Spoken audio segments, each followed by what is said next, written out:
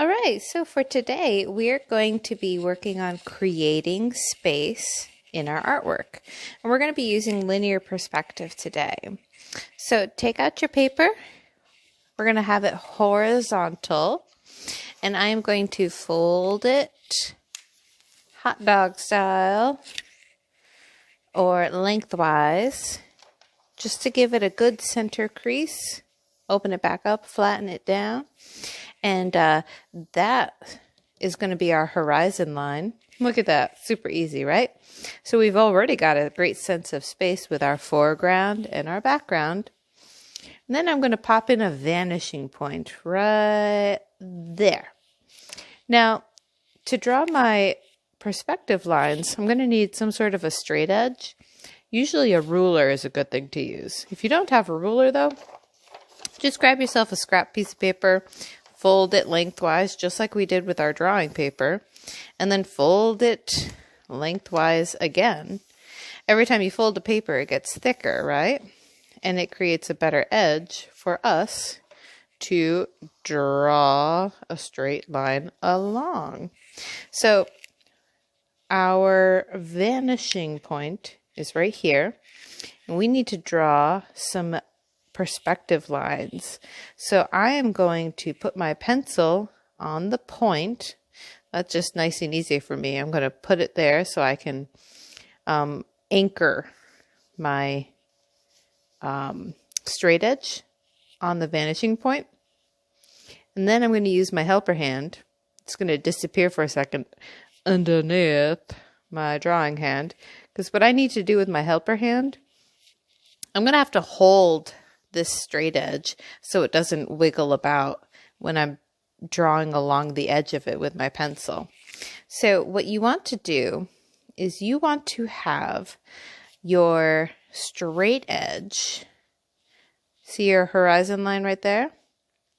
You want your straight edge to go at a diagonal from that vanishing point below your horizon line.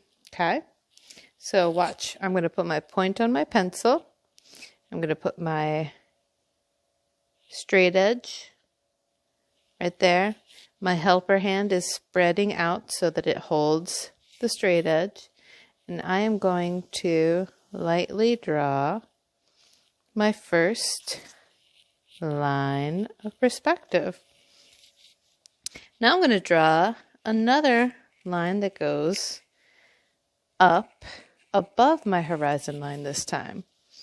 So I'm going to put my pencil on the point, and this time I'm going to have my line, my straight edge going up. And I'm going to lightly trace that line all the way to the edge. Now pick up your paper, and you should have a little less than sign, actually. Check that out. Your horizon line's in the middle. This is your top line of perspective, and this is your bottom perspective line. Now, we can draw any kind of a landscape that we want, really, with this. If you want to, you can draw a desert landscape, and we could start drawing some cacti. Or you can draw trees. I would love to be somewhere warm right now, though, so I'm going to go ahead and I'm going to just draw some loose, actually, no, I changed my mind. I'm going to embrace and celebrate. You see what I did right there? I am trying to switch my mindset. I'm going to embrace the beauty of this natural winter landscape. What I'm going to do is I'm going to draw some trees that have snow on the branches. All right, so here's what we're going to do. I'm going to start on this edge. And what I'm going to do first is I am going to draw a basic tree shape.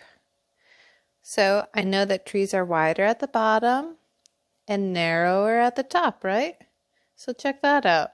I just drew a line that curves slightly up and in, and this other side of the tree does the same. Now, if you go ahead and just sit next to a window and look outside and see if you can find some trees that are in your neighborhood or around you. Or if you don't have any, you could hop onto your laptop computer or onto a tablet or a phone and get some pictures and look at some pictures of trees. Trees without any leaves on them. And right now, if you look out and you find some trees, there are beautiful, beautiful lines of branches.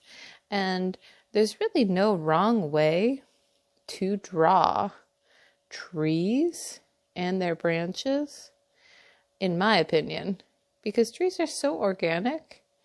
You can just, draw a branch that comes off the trunk.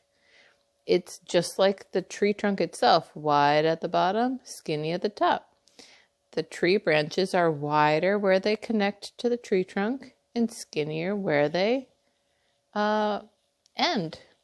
So there's one tree, and we can do the same process for the next tree. And what I want you to notice is I am drawing my trees within those perspective lines. So there's another tree. Skinny little branches. Let's draw another tree. And if you wanted to, you could kind of go ahead and just lightly plan out where you want your other trees to go, where you want your other trees to be. You can have it be a little more organized or a little more natural, depending on what kind of a look you want. You can also switch up the kind of trees that you have. If you wanted to, you could switch it up and do some evergreen trees. So evergreen trees, they have the pine needles, and they tend to be a little more spiky and jagged with the look of them. So you could use like your zigzag lines for those types of trees.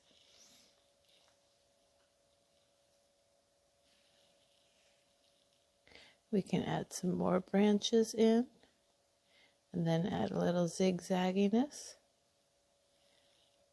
to give the illusion of a pine tree. And actually, you can go ahead and add some dimension just by adding a zigzag line in between your branches going up. And then you'll notice as the trees get further and further away, they get smaller. That is using our idea of size and perspective for this. And let's throw one last little tree in, far, far away. It's so far away and it's so small, hardly any detail. You know, I really liked the zigzagginess of the evergreens. I am going to add that to these deciduous. I'm going to turn my deciduous trees into a coniferous tree, which is not really the easiest thing to do because they do have slightly different branch formations.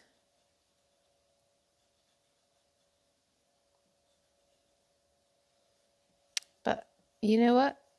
It's my artwork. I am the artist, and you get what I draw. That's another one of our, sort of like a superpower. We have the ability to control what you, the viewer, end up seeing. So I'm going to create my own type of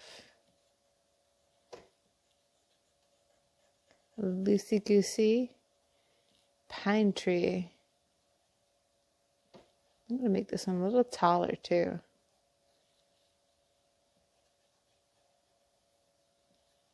There. All right, so we've got our trees following our linear perspective. Now what we can do is we can take and we can add in, so this edge right here, this bottom line, we can actually save this. We can turn that into the edge of a road. There. And then everything over here, we can actually create and turn into our foreground. So in our foreground, maybe we've got some things going on like a very large zigzaggy shrub. And oh wait, I forgot, I'm celebrating winter. So this has to be an evergreen, a pine evergreen kind of shrub. All right, so I am going to erase this top perspective line that I drew.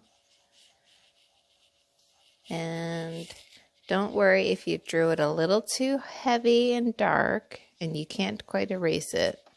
Don't you worry about that. We can cover lots of mistakes and turn them into something beautiful with color. So now what we can do is we can throw into the background our horizon line. So right over that fold line, I'm going to draw a nice horizon line, and I'm going to celebrate our local area here. We're going to pop some beautiful, majestic mountains in the background. And maybe another little mountain there. Okay. And then way, way back here, I'm just going to add a little line of, this will eventually, I'll color it green, like maybe a dark green. We'll create that illusion of like the edge of a forest. And this forest is so far away that you don't see any details. It's just a dark green. All right, so we've got our shrubbery in the foreground.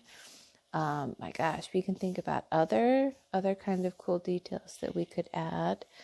Let me see what I can add to mine, and then make sure when you add your details that you are also thinking about those ways of creating space. Overlap your objects. Use size to create space. If something's really close to you, it's going to be really big. If something is very far away, it's going to be really small. Just like with our trees and the linear perspective we used here, you can use that also. And positioning. So things that are close to you will be down low. Things that are far, far away will be at the very top. All right, I'm going to add my details, and I'll show you what that looks like in a second.